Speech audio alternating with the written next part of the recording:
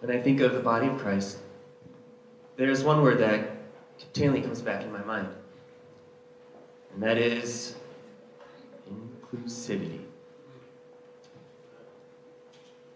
I think the best way to describe inclusivity is what is said in Galatians 3:28. There is no Jew, nor Greek, nor slave, nor free man, no woman, no man. All are one in Jesus. That's good news. You're in. Amen. I'm in. It's a joyous thing. I'm relatively new here to One Place. I come from Seattle. I was part of a plant church there called 24/7. I was there for about a decade. 7 years into that decade, we broke down into a smaller church as another plant. And I got to meet an incredibly dynamic group of people. We had a lot of creatives in that group. We had retirees. We had blue-collar workers. We had some ex-cons. We had an actor who was in his 80s. His name is Marvin. Great guy. Something that personally affected me by that group, I have two things actually. When we were deciding how are we going to reach this community with this small group of people, we filled out a questionnaire. And that questionnaire, the emphasis was, what can I contribute as a church member? And it was the first time, and probably the only time, I felt kind of invincible. Because as people talked about what they could contribute, I thought about, wait a second, what can't we do? Brother would say, hey, I know how to write code. I can develop apps. A sister was like, hey, I know landscaping really well. It's my profession. Another brother was saying, hey, I know how to barbecue. I can bring my grill. There was a lot of good things. And with these contributions, I was like, that's it. This neighborhood is ours. That was the first thing that really affected me personally. The second thing was, a few years back, I had a heart attack. It was real messy. It was really debilitating. And this dynamic group came together. They pooled some funds, and that allowed me to function for 3 straight months without needing any assistance. That's what church is. That's what the body of Christ does.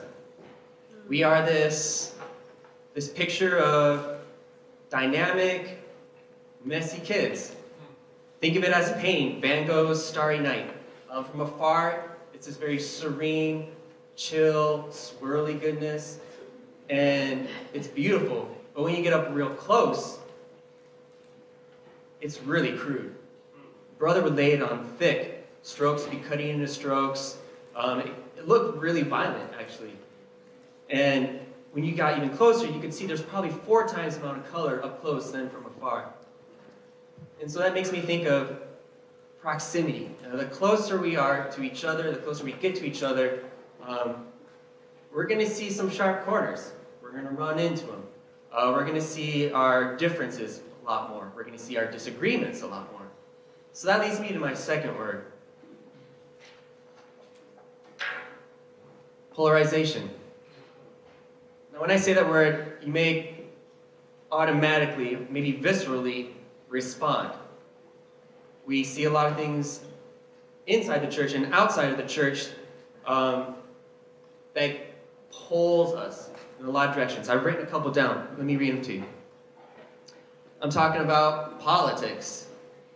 I'm talking about equality, styles of worship, sexuality. We have different schools of thought, and we have labels and labels and labels.